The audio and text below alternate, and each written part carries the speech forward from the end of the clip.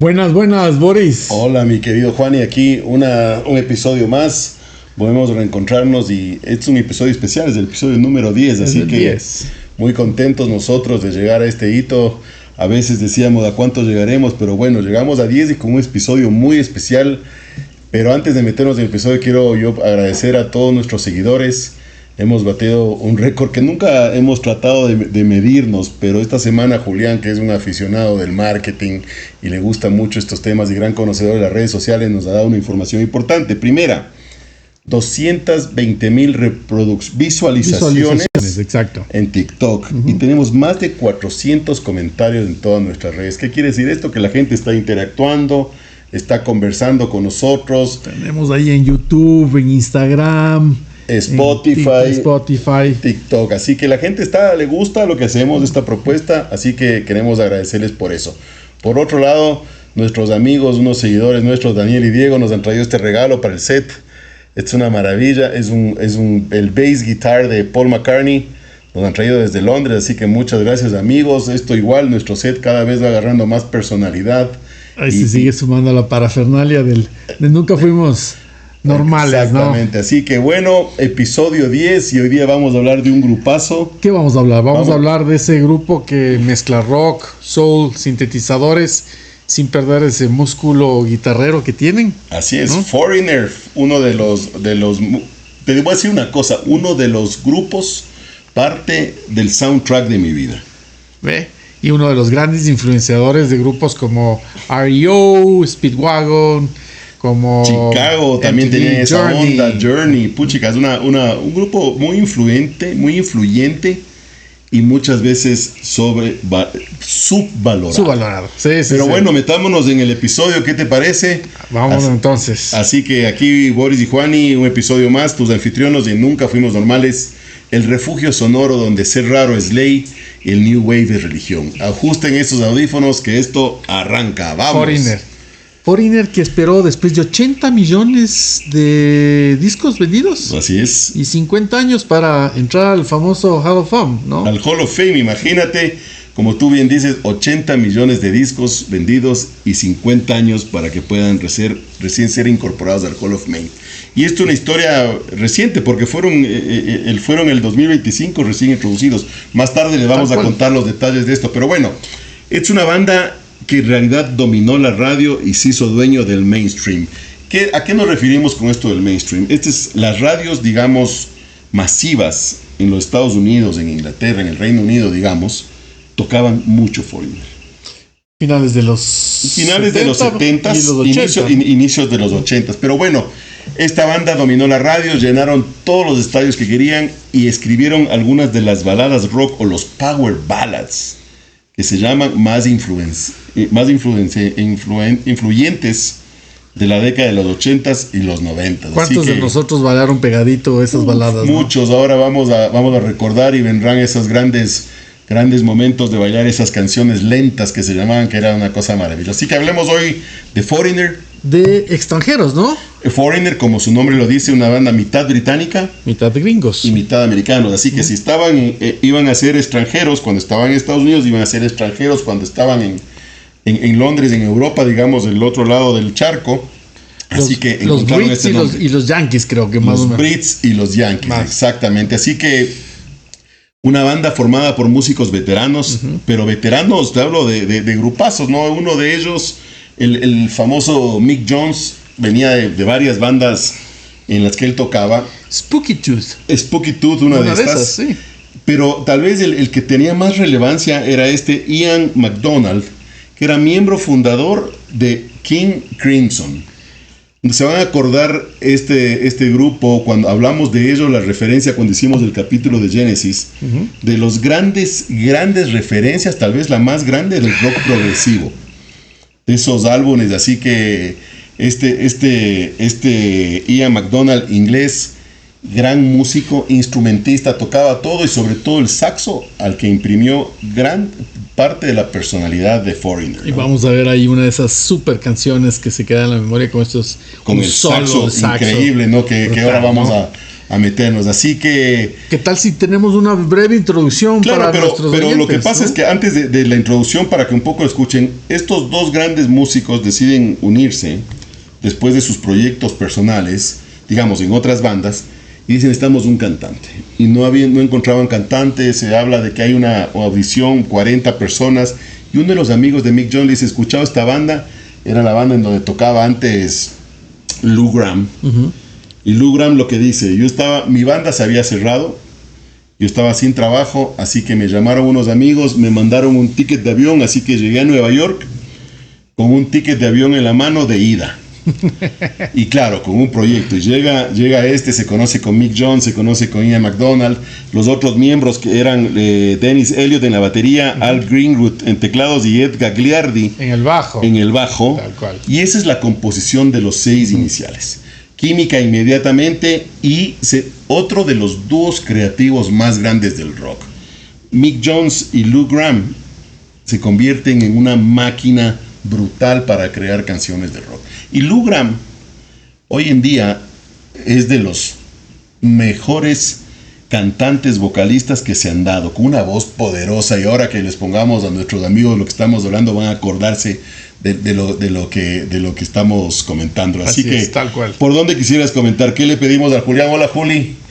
¿Qué le podemos pedir al Julio hoy día? Que además no le ven ustedes, pero está con una camiseta de Foreigner, ha venido a sacarnos pecho con su camiseta de Foreigner del agente provocador, el agent provocateur. ¿Qué tal? A ver, ¿qué tienes por ahí? Algo así como Feels Like the First Time, o Cold as Ice, Long, Long Way from Home, alguno de esos hits que nos hace regresar a esas épocas.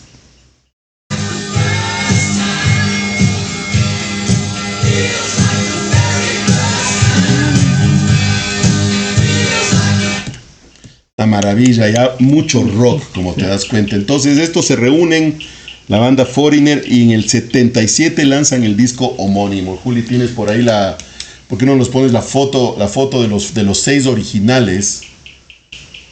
Bueno, esa era la guitarra de McCartney, que la habías visto. Son los 6 originales, Foreigner, y se meten a componer un disco y lanzan el primer disco en el 77, homónimo, el disco Foreigner, que se llamaba Foreigner también. Y lo lanzan con Atlantic, ¿no? Y Atlantic siempre dudoso de que el nombre Foreigner era muy genérico, entonces siempre cuestionando, pero Mick Jones fue el que se paró firme y finalmente... Y al final es un nombre que les favoreció mucho, que es muy fácil de recordación, de pronunciación, y además con un contenido que ellos lo buscaban, es decir, tres gringos que recorrían el mundo.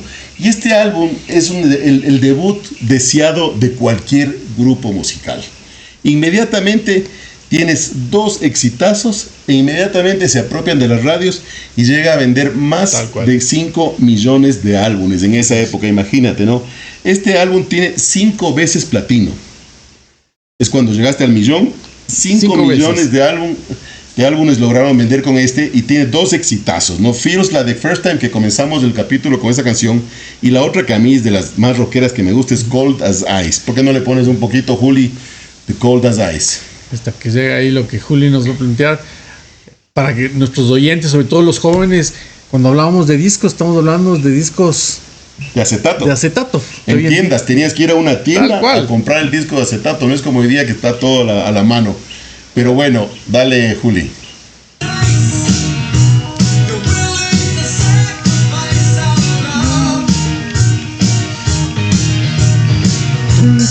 La anécdota, esa voz, tal cual, te iba a decir, Lou Gramm grabó este disco con muchísimas tomas, pero más con gripe.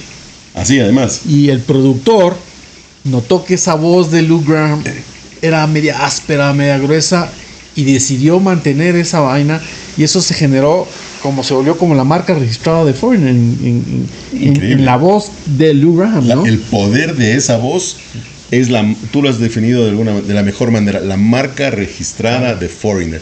Pero bueno, en el 78 lanzan su siguiente álbum, Double Vision, que es un álbum espectacular.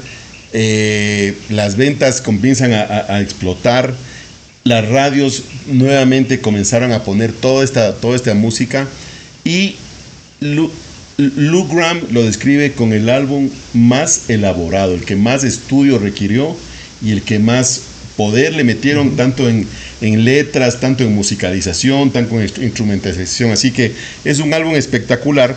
Y aquí tienes dos canciones brutales, ¿no? Hot Blooded. Claro, ahora, una historia que se me está pasando antes de entrar a las canciones como Hot Blooded que tú dices. Este Double Vision sale el álbum, la conceptualización del álbum y del nombre, cuando Lou Gramm se va a un partido de hockey. Yeah. Y estaba viendo el partido de hockey con toda esa violencia. Parece que al arquero le chocan. Y el anunciador dice, bueno, señores, vamos a tener que tener un cambio de arquero porque el arquero está con double vision. O sea, veía el doble. Y de ahí el tipo dice, oye, qué buena referencia. Y a raíz de este partido comienzan a abrir el álbum Double Vision. Y claro, tienes dos exitazos, como decías, Hot Blooded y el propio Double Vision, que era el nombre del éxito, era el nombre del álbum. ¿Por qué no le pones un poquito de Hot Blooded, que es muy, muy rockera, ¿no? Y ahí vamos a escuchar uno de los mejores riffs que tiene Por supuesto, por Foreigner, supuesto. ¿no? Que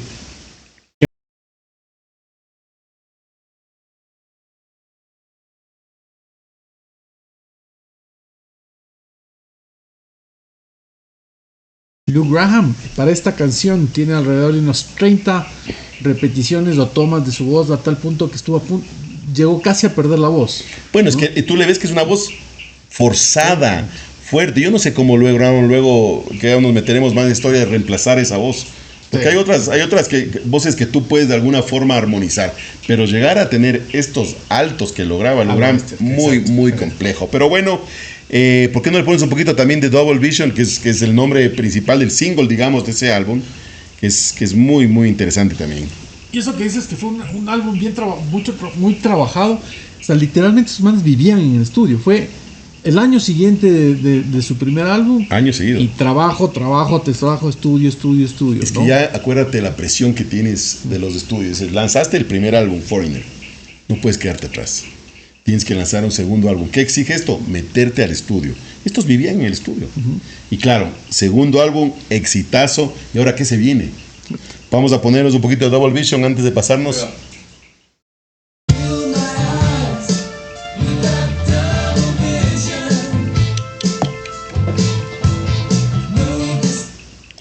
Perfecto. Fíjate, 77 lanzan Foreigner homónimo. 78 Double Vision. 79 nuevo disco Head Games. Igual, increíble, con otros exitazos. Tienes ahí, por ejemplo, la famosa Dirty White Boy y Head Games también, que era el single del álbum. ¿Por qué no le pones un poquito de esas dos canciones que también son muy, muy rockeras, ¿no?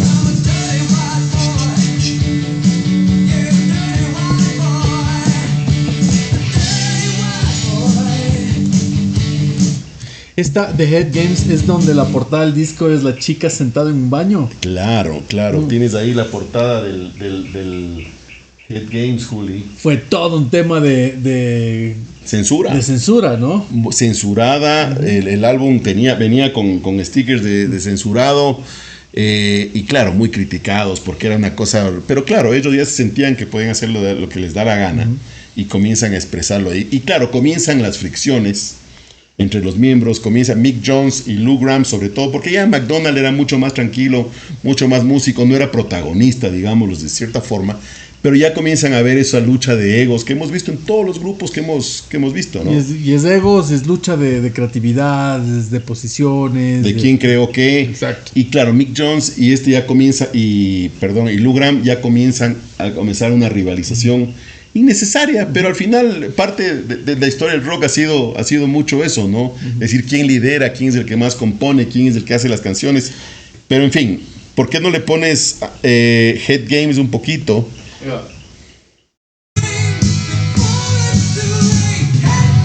Es la voz increíble, ¿no? Algo que me llama la atención de lo que pude leer, parte de la investigación que estuvimos haciendo para este capítulo, es que la misma banda, la decisión de poner esta portada, volviendo a la portada, fue una decisión del productor. La banda no estaba de acuerdo, pero ese es un poco también el concepto de poner algo que te genere mucho cuestionamiento, crítica y que estés en en la conversación de todo el mundo, aunque no te guste, ¿no? Ok. Entonces la banda no le gustaba. Pero generaba ventas, recordación, exactamente. Ventas, ¿no? rechazo, ese rechazo genera Exacto. marketing en ese momento. Chisme. Sí. Chisme, exactamente. Ya viste la nueva portada de Foreigner, Sí. wow, vamos a comprar el álbum. Tal cual. Claro, y ahora, claro, pero ahora ¿qué puede venir? Imagínate, 77, 78, 79. El cuarto. Pero lo mejor está por venir. Y sabes cuál es el tema, ¿no? Que aquí se involucra Lang.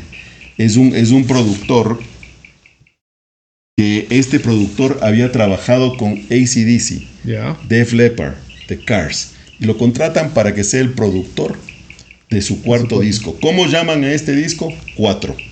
Pero varios motivos de lo que he estado un poco investigando estos días.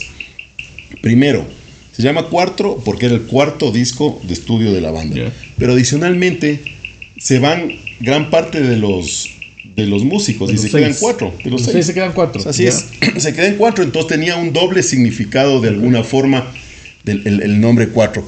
Y claro, con este disco Foreigner entra en otras ligas, ¿no? Urgent, que es una de las canciones de este, llega al top 10 inmediatamente. Pero, ¿qué es lo que se viene? Como decimos, una bomba nuclear, una balada que se llamaba Waiting for a Girl Like You. Eso es brutal. Así que, ¿por qué no nos complaces, Juli, con Waiting for a Girl Like You, que estuvo semanas enteras en el top del 10 Billboard? semanas. 10 semanas, imagínate. 10 semanas en el número 2. ¿no? En el 2. Esta es la 2. Nunca llegó al número 1. Estuvo 10 semanas en el 2. Pero esa época tiene que haber sido la época de Olivia Newton-John, 81.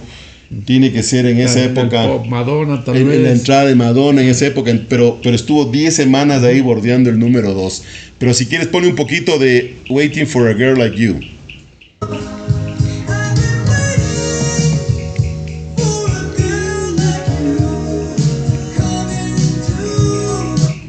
Yo aquí antes de que entres a hablarnos de Urgent, porque ese es uno de los grandes hits, este álbum fue grabado en Electric Lady Studios, que Yeah. fue el estudio que fundó Jimi Hendrix, Imagínate. ¿no?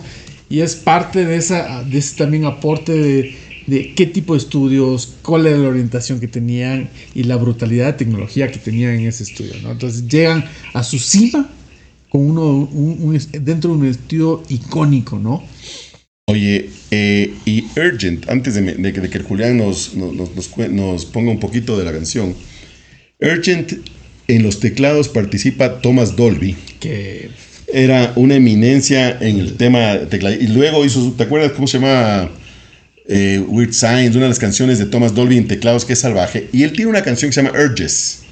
ya. Y le dicen, oye, Thomas, nos gustó tu canción, queremos hacer una cosa muy, muy similar a la canción, le dan los derechos que puedan utilizarla y él participa en el teclado en Urgent. Así que esta, honestamente, para mí es de las canciones de rock que más me gustan y esta, como te decía al inicio, ya se ha convertido en parte del playlist de mi vida, ¿no? Y ahí hay un maridaje con ese performance de los teclados con el solo de saxo Bueno, que tiene Johnny Walker. y ¿no? eso es una cosa salvaje y vamos a tener que escuchar en dos partes. ¿Por qué no nos pones Dale, un poquito? Juli. ¿Por qué no, sabes qué? ¿Por qué no pones un poquito de Urgent?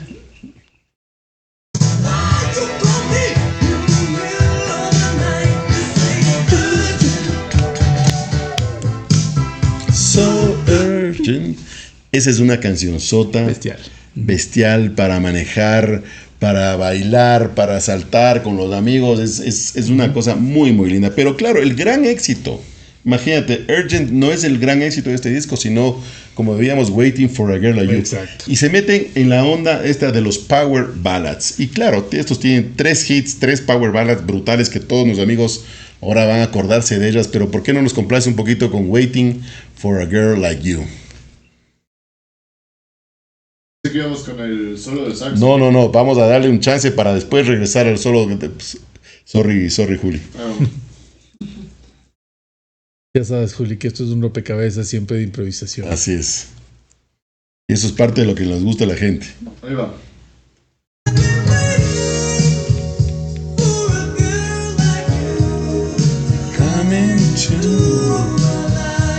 De hecho, yo debo tener un cassette.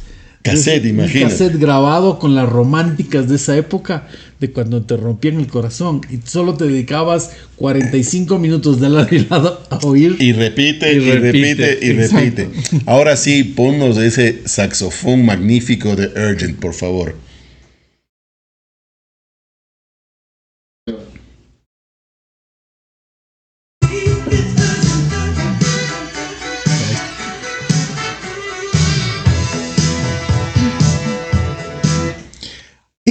Esta canción, sobre todo la balada, no es la que empieza o dispara todo este tema que conversábamos antes en backstage, el Adult Oriented Rock. Claro, ¿Sí? claro. Este es el AOR, que dicen es música rock orientado para adultos. ¿Qué es lo que hacían?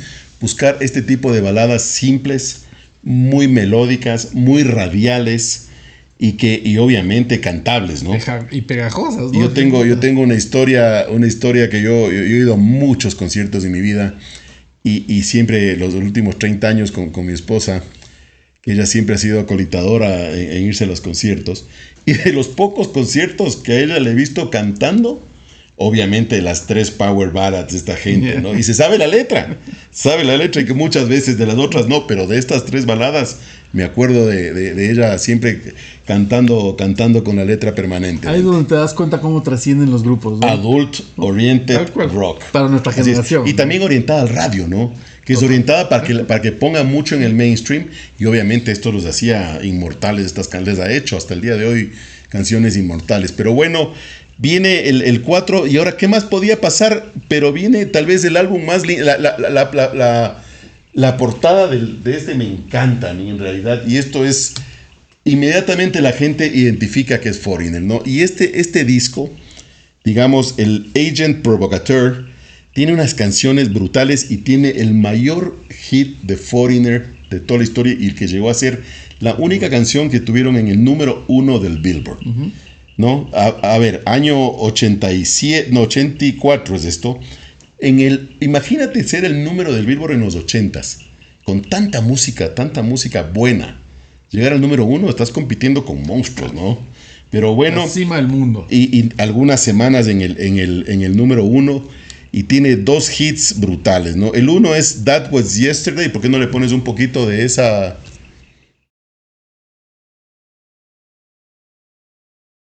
No sé si es que ahí cuando nos comparte mientras nos comparte el Juli, a mí cuando yo escucho Agent Provocateur, inmediatamente me lleva a esa fusión que hicieron con gospel, ¿no? Claro, porque estos son musicazos, ¿no? Y dicen, ¿cómo podemos llegar a este adult oriented rock? Metamos el gospel. Y ahora van a escuchar la siguiente canción, pero veamos la primera. ¿Cuál nos vas a poner? That Was Yesterday. Perfecto.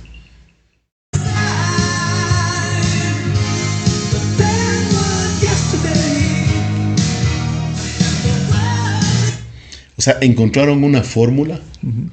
Y claro, esta historia, la siguiente canción que les vamos a contar es una historia brutal, que es Mick Jones compone esta canción 3 días antes de casarse, su segundo matrimonio.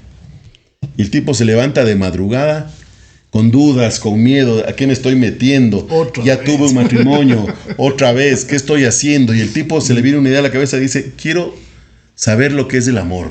I want to know what love is. Hace tanta bulla el tipo, la mujer se levanta y dice, ¿qué te pasa?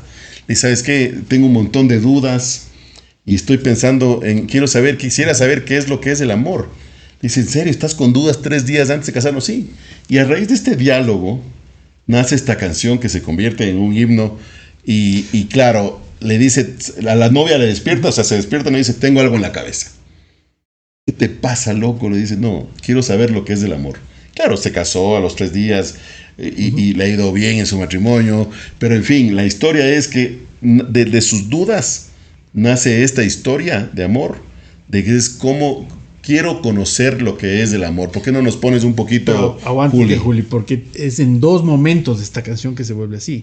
Porque él escribe, él se convence de esta vaina, pero luego todo el grupo estaba completamente dudoso de esta canción, porque era una canción lenta, era demasiado emocional para lo que hacían los hermanos, era larguísima Y la banda realmente hubo ahí una resistencia brutal, ¿no? Pero ahí otra vez Jones insistió y nos deja lo que nos es hoy. regala uno de los exitazos inmortales del rock, del power ballad nuevamente. Y su único number one en el Billboard, y el ¿no? único número uno. Así que Tal Juli, cual. complácenos con I Want to Know What Love Is. Dura 5 minutos 4.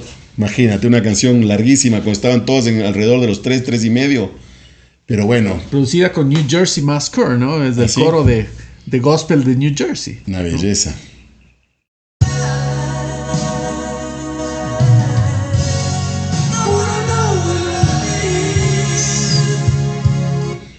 Resultado de esto, número 1 en Estados Unidos, número 1 en el Reino Unido, número 1 en Australia, Noruega, Suecia. O sea, un éxito ya global, ¿no? Una canción que todavía a mí y a todos nos pone la piel de gallina, Claro, digamos. totalmente emocional, espiritual. Es lo que le mueve al final del día. Increíble, a la increíble. gente, ¿no? Pero bueno, ¿qué viene ahora? El éxito, obviamente lo que hemos hablado muchas veces, que lleva el éxito, más egos, desgaste, rupturas entre los miembros, comienzan las peleas, Lou Crisis. Gramm, que voy a hacer mi música por mí solo, Matt Jones, que voy a producir para otra gente, y comienzan a pelearse. La cosa es que en el 87 lanzan el que fue su sexto álbum y tal vez el último Como grupo, como ¿no? grupo ellos, pero adicionalmente el último que tuvo éxitos importantes, ¿no? Y tienes una canción que a mí me fascina, que es Say You Will, y tienes otra baladota rock brutal que es I Don't Want to Live Without You. Belleza, pero ¿por qué no arrancamos por Say You Will? Pero ya es una onda mucho más madura, mucho más melódico, menos rockera, pero igual en esa fórmula que encontraron de hacer unas baladas rock radiales, y claro, adult oriented rock. ¿Por qué no nos pones, Julio?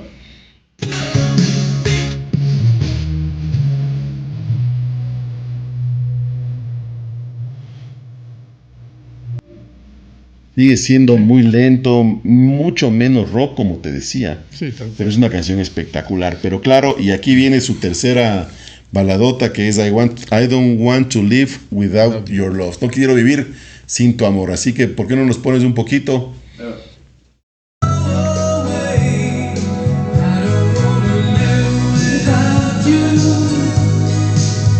Y lo que pasa, digamos, con estas dos baladas y estas crisis y salidas que queda solo Mick Jones, ¿no? En la banda. Claro, Lou Gramm se retira, comienza a hacer discos solos, hace Midnight Blue, muy bueno, y al final hacen la gira del disco y Lou Gramm se retira. Lou Gramm inclusive después de eso hizo un disco con sus hermanos. Exacto. Pero nada relevante, digamos, ya no era el Lou Gramm, ¿no? Y regresan en el 91, ¿cuándo fue? En el 91 hacen otra gira, pero ya no lanzan más discos importantes, pero comienzan a hacer giras, llenaban todos los estadios. Gramm regresa, se amistan otra vez con Mick Jones y hacen una gira, y en el 95, durante una gira en Japón, Lou Gramm comienza a marearse en el escenario. Se cae, bueno, logran terminar el concierto, pero en Japón le diagnostican que tenía un tumor cerebral. ¿Y esto qué le ocasionaba? Pérdida de memoria. Se quedó ciego, creo, ¿no? Perdía la visión, o sea, no se queda ciego al final, pero perdía la visión, perdió la memoria, obviamente no podía cantar, se olvidaba las letras.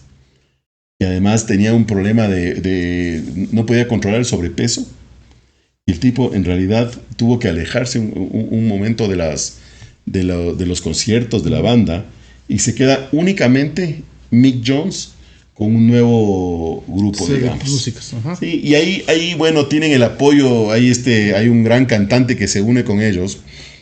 Bueno, le operan en Boston, digamos, sobrevive y comienza a recuperarse.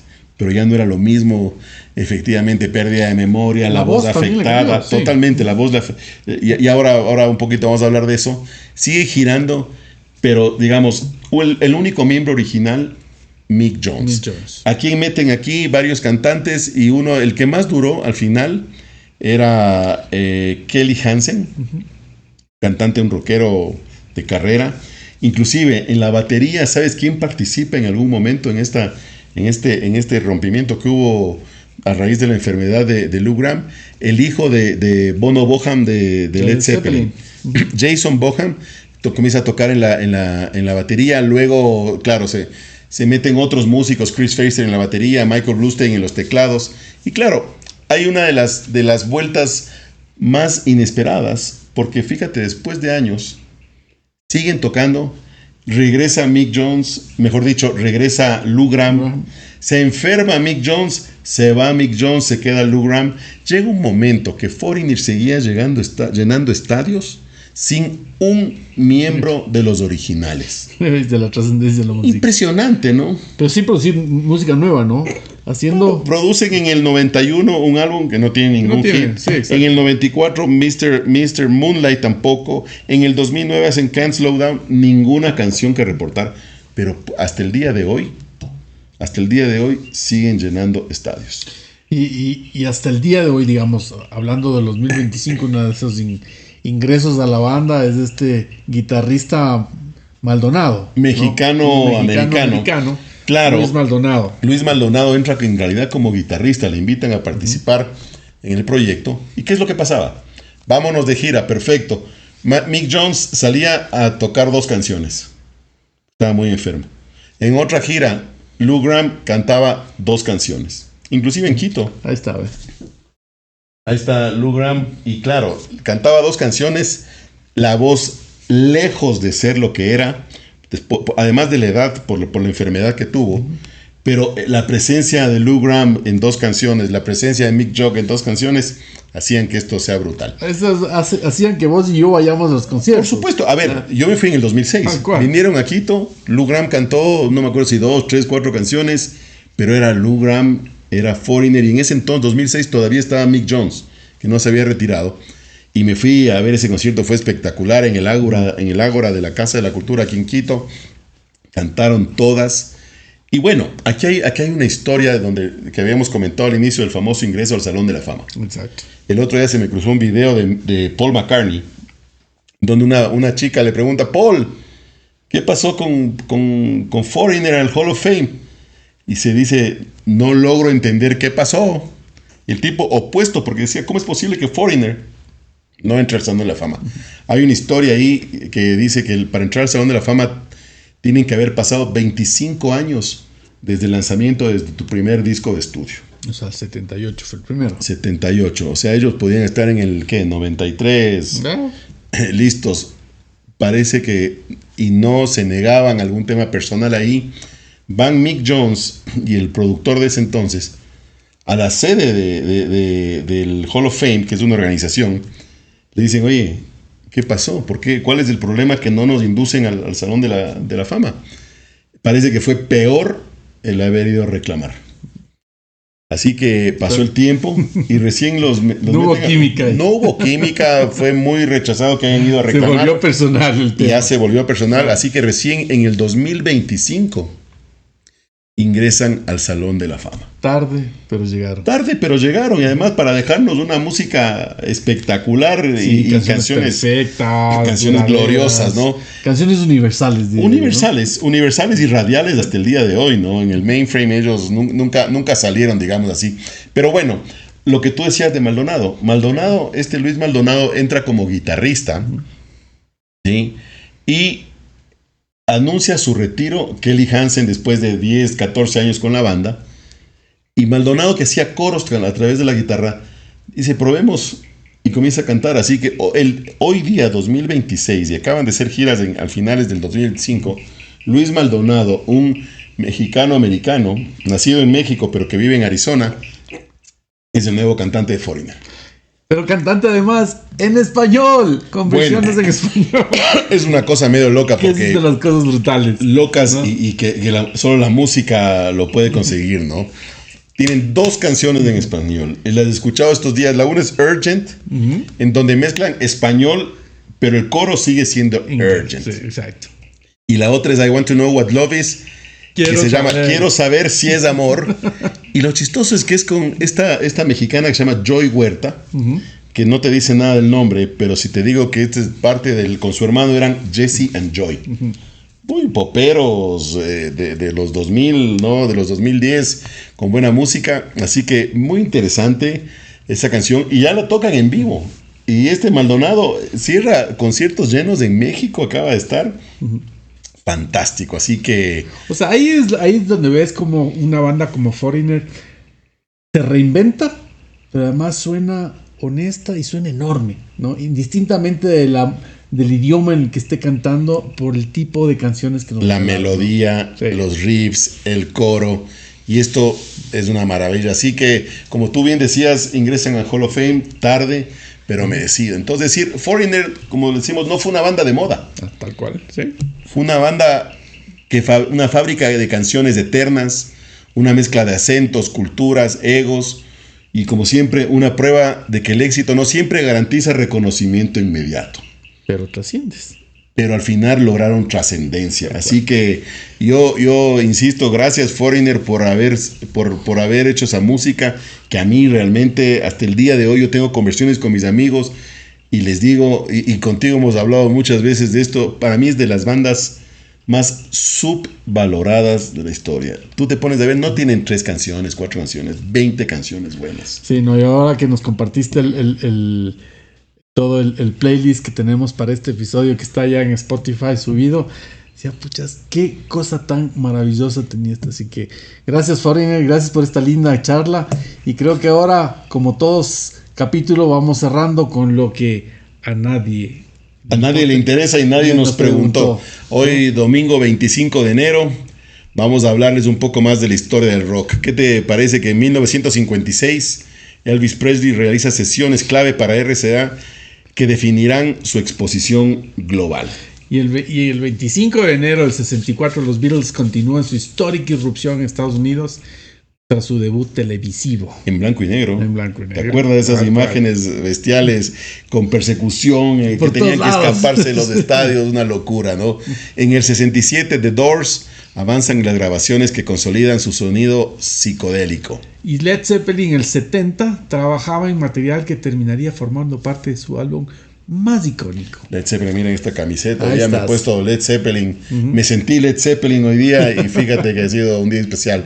En el 73, Pink Floyd sigue puliendo Dark Side of the Moon, uno de los discos más influyentes de todos los tiempos. Y es en el 77 que Foreigner empieza a sonar con fuerza en radios gringas tras su gran debut. Lo que acabamos de contarles. Bueno, 78, Van Halen consolida el hard rock californiano con giras masivas. Y entramos a los 80. En el 81, Waiting for a Girl Like You de Foreigner domina las radios y los charts. Mira, 84, Prince se convierte en el fenómeno global con su única Purple Rain. Purple Rain. Y en el 87, YouTube lanza The Joshua Tree y redefine el rock de estadios. Joshua Tree, un álbum espectacular, ese lo vivimos nosotros en el apogeo, ¿no? Pero bueno, 91, Guns N' Roses mantiene el dominio mundial con Use Your Illusion 1 y 2. ¿Te acuerdas ese álbum? El anaranjado y el azul, una maravilla. Y el 94, Green Day lleva el punk rock al mainstream global. Es una cosa que a mí me encanta. Ese Green Day a mí es de los grupos, en realidad, hay que dedicarle, que me gustaría verlos en vivo. O sea, Billy Joe Armstrong es uno de esos grandes genios músicos. Genios, sí. Pero con esa presencia nueva, ¿no? Un nuevo rockstar que se dio. En el 99, Red Hot Chili Peppers, otro grupazo, renace comercialmente con Californication. Gran disco. Y en el 2005, Coldplay se consolida como banda de estadios a nivel mundial que hoy en día siguen por todos lados. Ya no hacen música nueva hace años y es increíble cómo llenan estadios. Tienen que presentarse en Argentina, creo que fueron 7 días. Exacto, en Buenos Aires, una cosa de locos. Y en el 2025, fíjate lo que habíamos hablado, Foreigner es finalmente reconocido con su ingreso al Rock and Roll Hall of Fame. Y con eso acabamos este capítulo número 10. Veamos qué nos comentan estos nuevos episodios los seguidores, y la idea es que el 11 vamos a ver si podemos complacer a algún oyente. Tenemos algunos pedidos que tenemos tomado nota, así que yo creo que el siguiente capítulo tenemos que dar ese paso. Alisten apuestas, vayan comentando, reproduzcan, compartan, y ya nos veremos en 2 semanas con un nuevo capítulo. Y salud por ese episodio número 10 y que se venga lo mejor. Felices. Gracias, Juli. Gracias a todos, gracias, Juli. Salud, buenas noches, amigos.